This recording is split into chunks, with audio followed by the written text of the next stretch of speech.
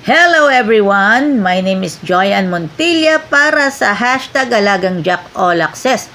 At tampok po natin ang LLI Bus 7904 Lucena, Cubao, Camyas sa pamamagitan ni Kuya Efren Babiera Jr. na unang bus driver for bus number 7904.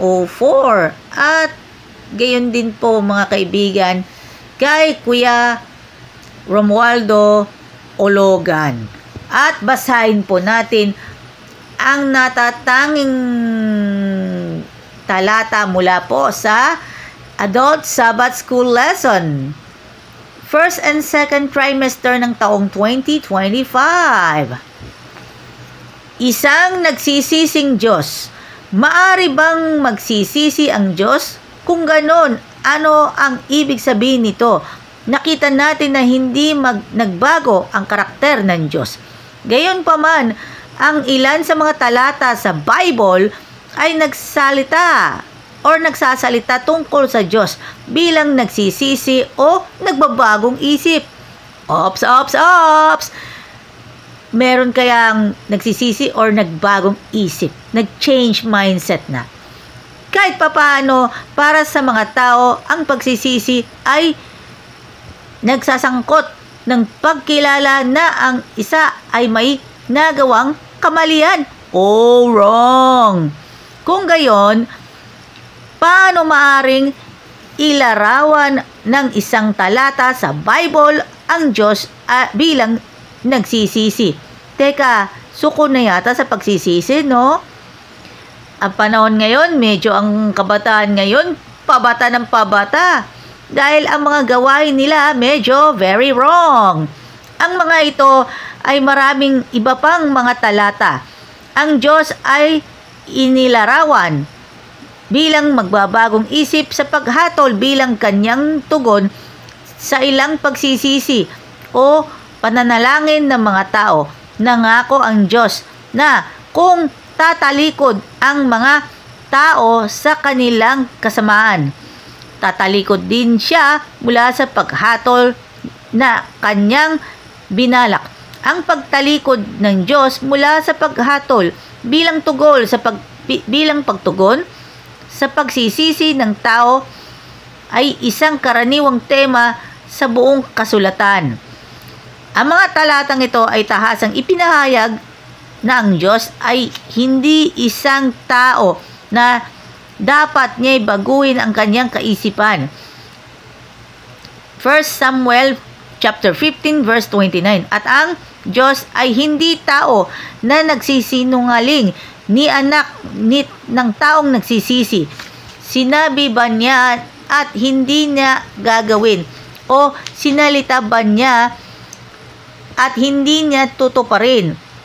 Numbers chapter 23 verse 19. Kung babasahin sa liwanag na ng iba pang mga talata, ang mga tekstong ito ay hindi maaaring unawain bilang nangungulugan. Ang Diyos ay hindi talagang nagbabagong isip or nagche-change ang mindset, kung hindi sa halip na ipapahayag nila ang katotohanan na siya ay hindi nagche-change ng mindset or nagsisisi na gaya ng pagsisising ginawa ng mga tao. Sa halip, palaging tinutupad ng Diyos ang kanyang mga pangako. Bagamat babaguhin niya ang kanyang isip bilang tugon sa pagsisisi ng tao, ginawa niya ito palagi alinsunod sa kanyang kabutihan at kanyang salita.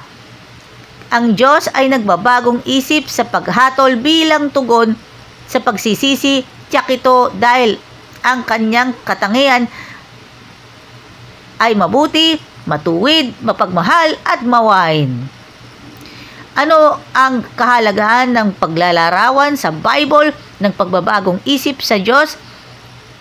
Ano ang paghihiwatig ito tungkol sa katatagan ng karakter ng Diyos kasabay ng katotohanan na ang Diyos ay pumapasok sa tunay ng pagbibigay at pagtanggap ng mga relasyon na talagang nagdudulot ng kaibaan sa Kanya.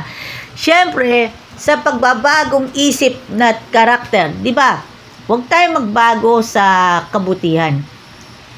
Magbago naman tayo mula sa bad things about that. Kasi bad things, marami katulad naman ito ng pagpapalaganap daw ng fake news ng ibang mga vlogger.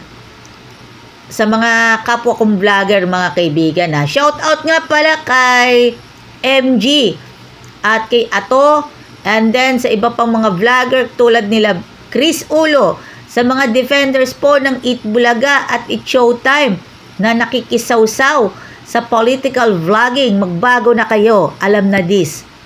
At shoutout nga pala kay Kuya Romualdo Ologan at mga kaibigan po natin sa LLI Bus. At napakasimple ang ating babasahin para sa Adult Sabbath School Lessons. At shoutout muna tayo sa lahat po ng mga taga-subaybay sa Jack Liner Group. At shoutout din po sa lahat ng taga-subaybay sa LLI Bus. Shoutout sa Babiera family, sa Ologan family, Marlon Kumayas of LLI Bus 1895, Lucena LRT, Buendia. And shoutout nga pala sa lahat ng mga kaibigan po natin sa hanap buhay. Especially sa lahat ng mga taga-subaybay sa Facebook at YouTube. Bago yan, pwede natin ilapag ang ating mga katangian sa buhay. At syempre, gumawa po tayo ng mabuti sa kapwa. At gagawin po natin, kailangan muna natin sa mga content sa SOCMED, kailangan muna mag-iba-iba tayo ng pananaw sa buhay na naaayon sa mga makabagong mundo, pero tayo po ay straight tayo kay God. At sa panahon ngayon, katulad maraming mga SDA members na natatanging mga experiences na kanilang mga tatahakin at sa kanilang pagtanda. Pabata ng pabata ngayon. Siyempre nga, shoutout nga pala sa pabata ng pabata ngayon ng mga tindero-tindera. Shoutout sa mga tindero-tindera. Shoutout kay Neneng B. Shoutout din po sa mga tindero ng mga ulam sa lugar ng Batang Quiapo. At shoutout po sa kaibigan po natin si Konsehal Jeric Iglesias and kay Boss Jeric Chumacera at sa lahat po ng ating mga kababayang nanonood sa Facebook at YouTube.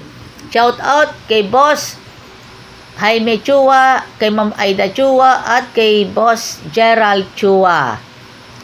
At nagpapasalamat po tayo ng buong buo sa ating kasipagan at sa ating mga naiambag na kontribusyon. Shout out kay Boss Bernard Sorbano and Sir Reynaldo Binondo of Jack Liner Group. At shout out din po kay Boss Jericho Valdez at sa kanyang ministry na matatagpuan sa kanyang YouTube channel. And shout out din po sa Flores family ng Santa Isabel Seventh-day Adventist Church, Jonathan Flores, Josefina Flores, and of course sa pamilya Abuan, and of course Vargas family sa pamamagitan po ni Boss Bong Vargas. Shout out sa Jack Liner Bus 8923 Lucena LRT, Buendia. God bless po sa inyo. My warmest greetings to Kuya Efren Babiera Jr. and Kuya Romualdo Ologan. Wishing you all the best.